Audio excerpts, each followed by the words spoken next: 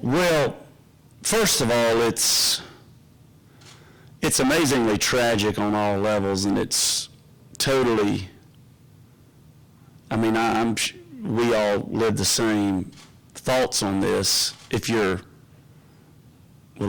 think like a true American does, and I'm sure we all do in this room and in other places, but when you hear these two instances this week, I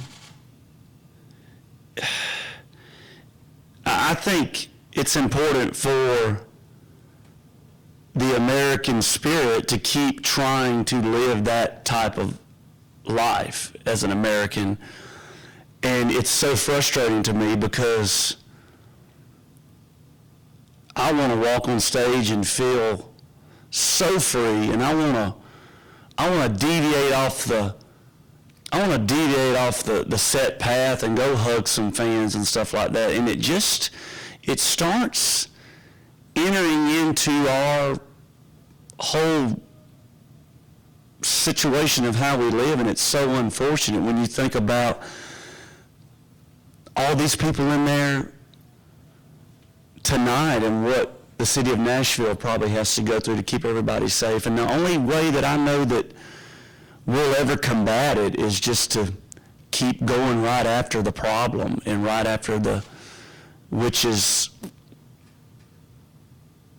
I don't know if I had the time to do my whole soapbox on it, but I mean, I've got people that look after me, but we'll start ramping it up, and I don't want to do that. I don't want to, 10 years ago, we didn't want to have to take our shoes off every time we try to get on an airplane, but now that's normalcy for us, and that's still frustrating for me.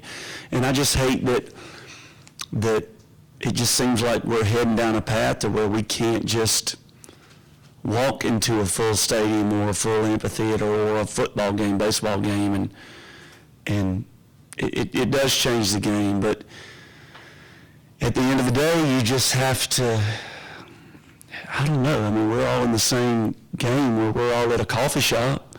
I mean, what's a coffee shop in 10 years? Are we going to not go to a coffee shop? I don't know. It's just up for our, I think it'll forever be up to our leaders and our people that we put in place to protect us, to use our taxpaying dollars to go straight after it and make us safe. It's so disheartening for me, and we're so blessed in this business to meet so many soldiers and troops and law enforcement, and it makes life more stressful for them. I mean, with every turn of this stuff, their life gets more stressful. So we're all in this thing together too, and it's all for us. It's to be a country to band together to try to fix it, in my opinion. So, well, with my kids, Teal, my nephew, lives with me. He's 14, and I haven't seen him today, and I'm sure that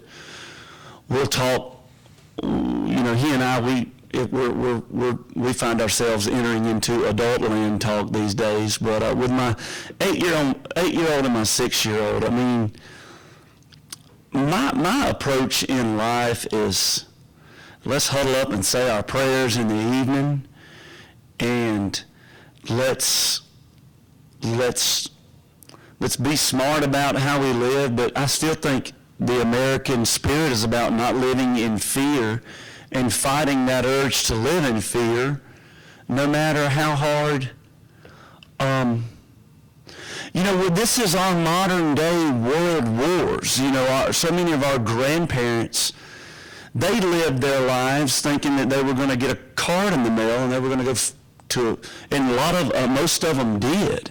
And then you have all of these wars through history to where, I know my parents did nuclear war drills. Well, our generation we have to think about, I'm sure my boys will sit me down and ask the questions, and it's up to me to pray that I have the right words at the right moment to ease their minds. But it is a tough, I was not a parent during 9/11. I was not a parent during 9/11, and now I'm a parent through things like this, so I know how I dealt with it before being a parent, and there's no handbook to this stuff, which is so frustrating. But I just stand behind. We can't live in fear and trust our plan and our what our Maker has in store for us.